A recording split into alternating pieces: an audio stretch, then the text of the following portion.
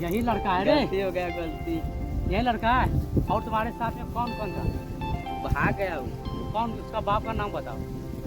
Guys, हम इतना मेहनत से अपने खेत में बगीचा लगाते हैं, इसका देखभाल करते हैं, और ये सब गांव का लड़का हमारे बगीचे में आके आम तोड़ के ले आता है। वीडियो आप लोग को, भाई लोग, आप सबको वीडियो अच्छा लगा होगा तो लाइक कीजिए, सब्सक्राइब कीजिए, कमेंट कीजिए, साथ में शेयर कीजिए।